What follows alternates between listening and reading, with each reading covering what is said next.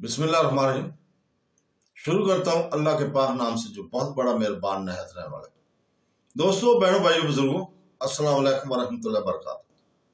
تاریخ اسلام میں ہم سلطان محمود غزنوی سے لے کر مغل اعظم شہنشاہ اکبر تک کی تاریخ کو بیان کر رہے ہیں۔ آج اس کی 30 نمبر قسط ہے۔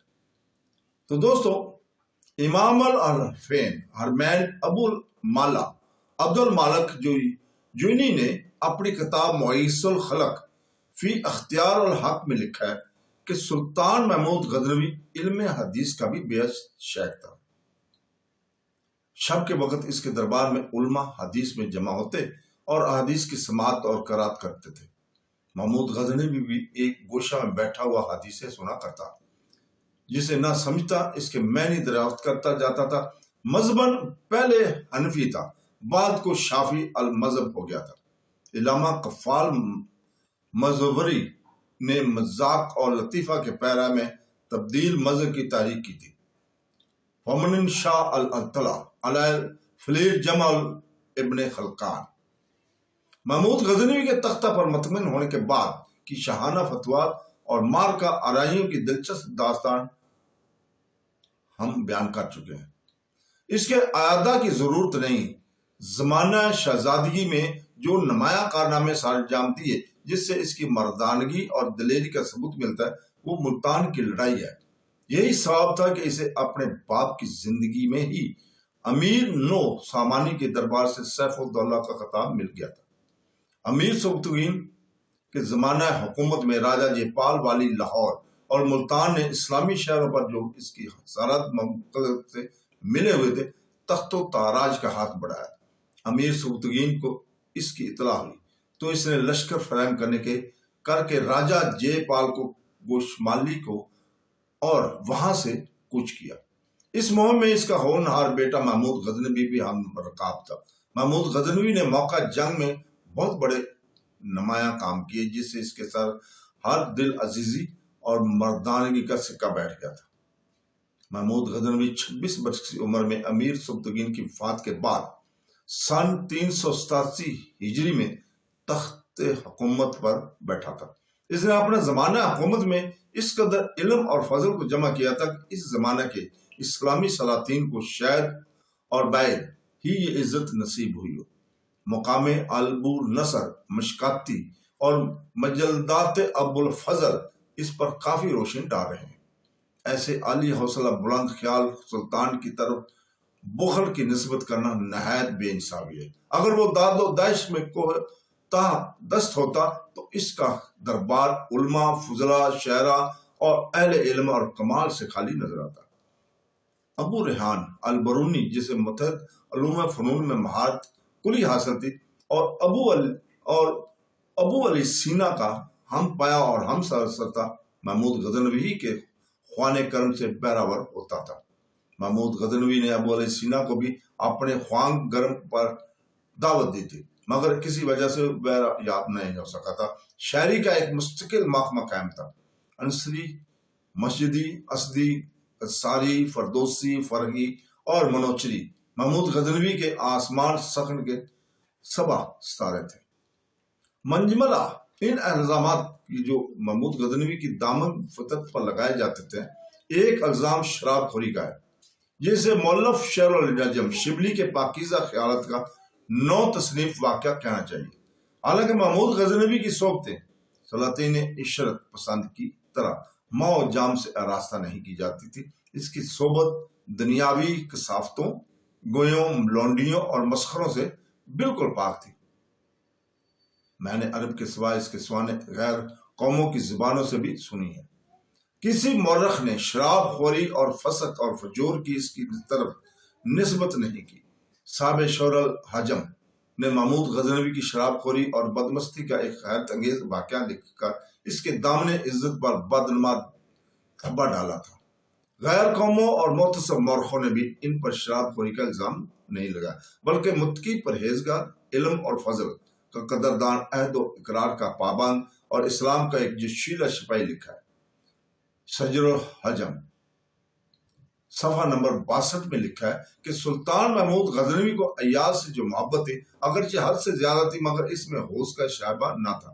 ایک دن بزم عیش میں باد و جام کا دور تھا۔ محمود غزنوی خلاف عادت معمول سے زیادہ پی کر مست ہو گیا۔ اسی حالت میں ایاز پر نظر پڑی، اس کے شکن در شکن زلفیں چہرہ پر بکھری ہوئی تھی۔ محمود غزنوی نے بے اختیار اس کے گلے میں ہاتھ ڈال دیے، لیکن فوراً سنبھل گیا اور جوش و تقوی میں آ کر ایاز کو حکم دیا کہ وہ زلفیں کاٹ کر رکھ دے۔ ایاز نے فوراً حکم کی تعمیل کی تھی۔ اس عبارت سے چند باتیں ایسی ظاہر ہوتی ہیں کہ جن کا در حقیقت خارج میں کوئی وجود نہ تھا، بلکہ محض ذہنی اور تصنیف کردہ ایک محض خیز واقعہ بیان ہے۔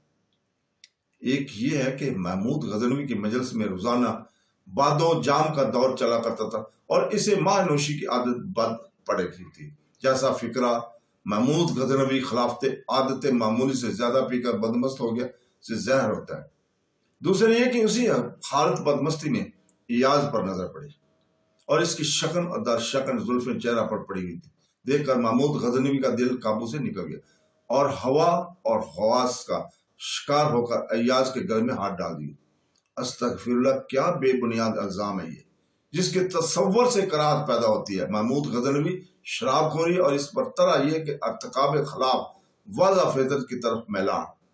عام قاعدہ ہے کہ انسان جن افعال کے ارتکاب کا حالت ہوش میں آتی اور خوگر ہوتا ہے، انہیں افعال کی جانب سے اسے بدمستی اور نشے کی وقت تحریک پیدا ہوتی ہے۔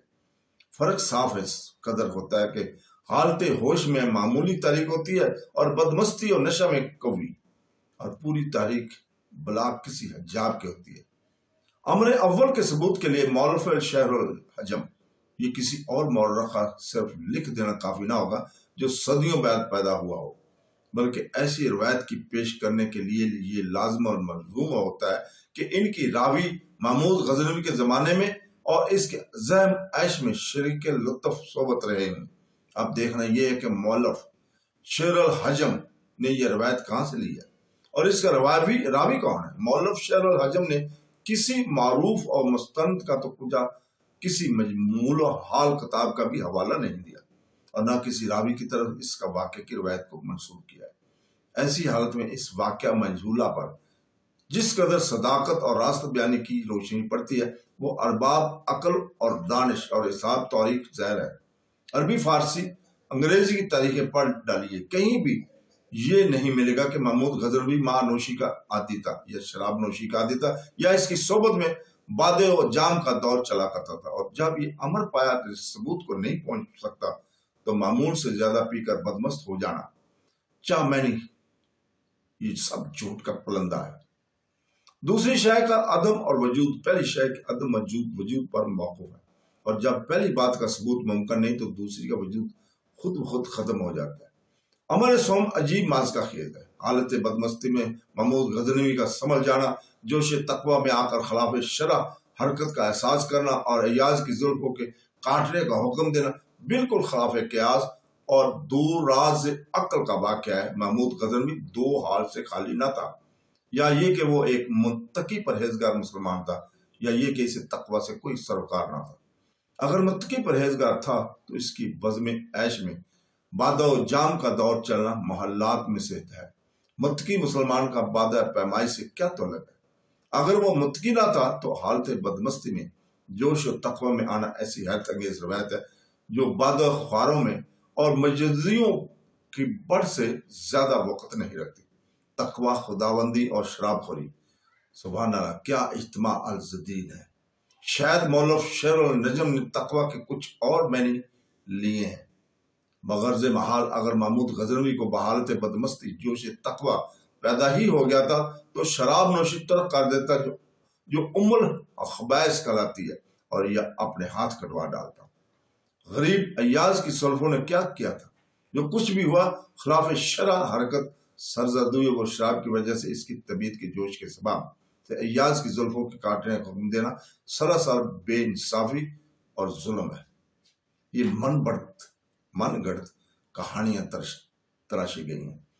تاریخ فرشتہ میں لکھا ہے کہ سلطان محمود غزنوی بادشاہ ہے، بودھا کا با صناف سعادت، دینی اور دنیاوی فیض گریدہ، وسیعت عدالت و جہاں بانی و آواز شجاعت و کشورستانی از ایوان کیوان درگزر آئندہ اور ارباب زلان صفحہ نمبر 2 14 لغات 33 میں لکھتا ہے محمود غزنوی میں اس کے باپ کی طرح چستی چلاکی مستعدی مردانگی کی تمام صفحے موجود تھے۔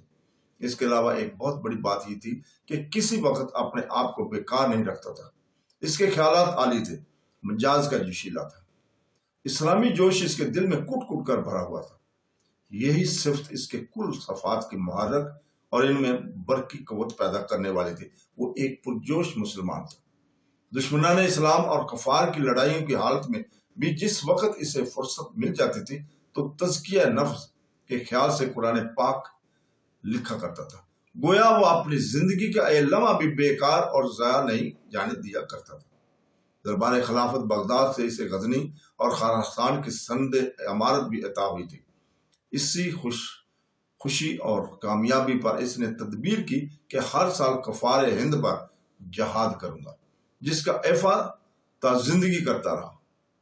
محمود غزنوی ظالم نہ تھا، وہ بلا وجہ خونریزی سے نفرت کرتا تھا، اپنے عہد و پیمان کا پابند تھا، بد عہدی کے قریب نہ جایا کرتا تھا۔ محمود غزنوی جس طرح مسلمانوں میں سے سچائی، خدا ترسی یا پرجوش مسلمان ہونے کا نمونہ تھا، ویسا ہی علم و فضل کی قدردانی میں اپنی مثال آپ ہی تھا۔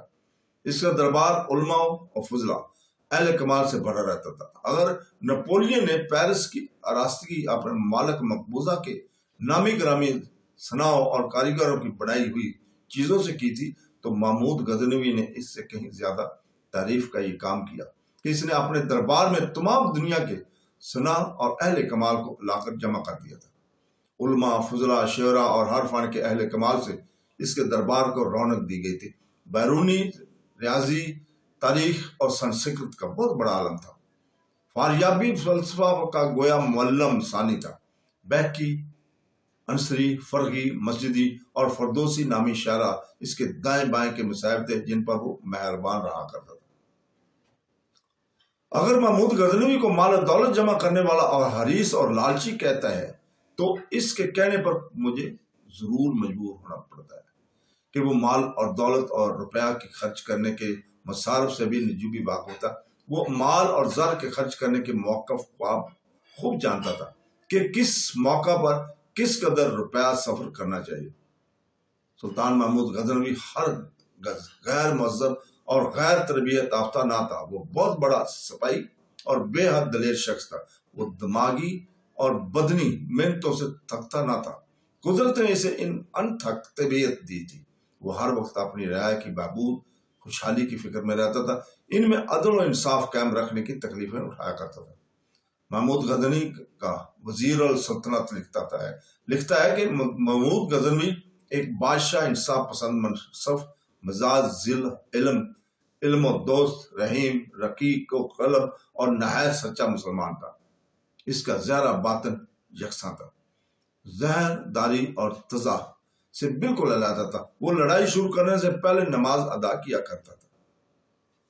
ان الزامات میں شاہ نامہ اور محمود غزنوی کے ان الزامات میں جو بدنمائی کے ساتھ سلطان محمود غزنوی کے دامن خوبی پر لگائے جاتے ہیں، ایک واقعہ کہ فردوسی نے سلطان محمود غزنوی کی فرمائش سے شاہ نامہ تصنیف کیا تھا، اور سلطان محمود غزنوی نے ہر شعر کے صلہ میں ایک اشرفی دینے کا وعدہ کیا تھا، لیکن جب شاہ نامہ تیار ہوا تو اشرفیوں کی جگہ روپے دلوائے۔ یہ روایت جس قدر مشہور ہے اسی قدر حقیقت سے دور غلط بھی ہے۔ واقعات کو ترتیب دینے سے روز روشن کی طرح اس روایت کی غلطی ظاہر ہو جاتی ہے۔ اولاً فردوسی کو شاعری کا مذاق ابتدا ہی سے تھا۔ اس کے ساتھ ہی شاہان ایران کا ہم قوم یعنی مجوسی النسل بھی تھا۔ اس نے اپنے سناد عجم کا نام رکھنے کی غرض سے اور اپنے مذاق طبیعت کے اقتضاء سے شاہ نامہ کی تصنیف کی بنیاد ڈالی تھی۔ ثانیہ فردوسی نے شاہ نامہ کی تصنیف کی بنیاد اپنے وطن توس میں ڈالی تھی اور بہت سا حصہ وہیں لکھا گیا تھا۔ اس دعوے کی تائید اس روایت سے ہوتی ہے کہ جب فردوسی نے شاہ نامہ کی تصنیف کی بنیاد ڈالی، اس وقت اسے شاہانہ فارس کی تاریخی سرمایہ کی ضرورت تھی۔ حسن اتفاق سے فردوسی ہی کے وطن میں ایک شخص کے پاس یہ سرمایہ موجود تھا اور وہ فردوسی کا دوست بھی تھا۔ اس نے فردوسی کے ارادے سے مطلع ہو کر تاریخ کا سارا سرمایہ فردوسی کو لا کر دے دیا۔ چنانچہ فردوسی اس واقعہ کو بیان کرتا ہے۔ تو دوستو یہیں پہ ہم رکتے ہیں کل تک کے لیے۔ کل انشاءاللہ تعالیٰ ہم اسی جگہ سے شروع کریں گے۔ اللہ حافظ۔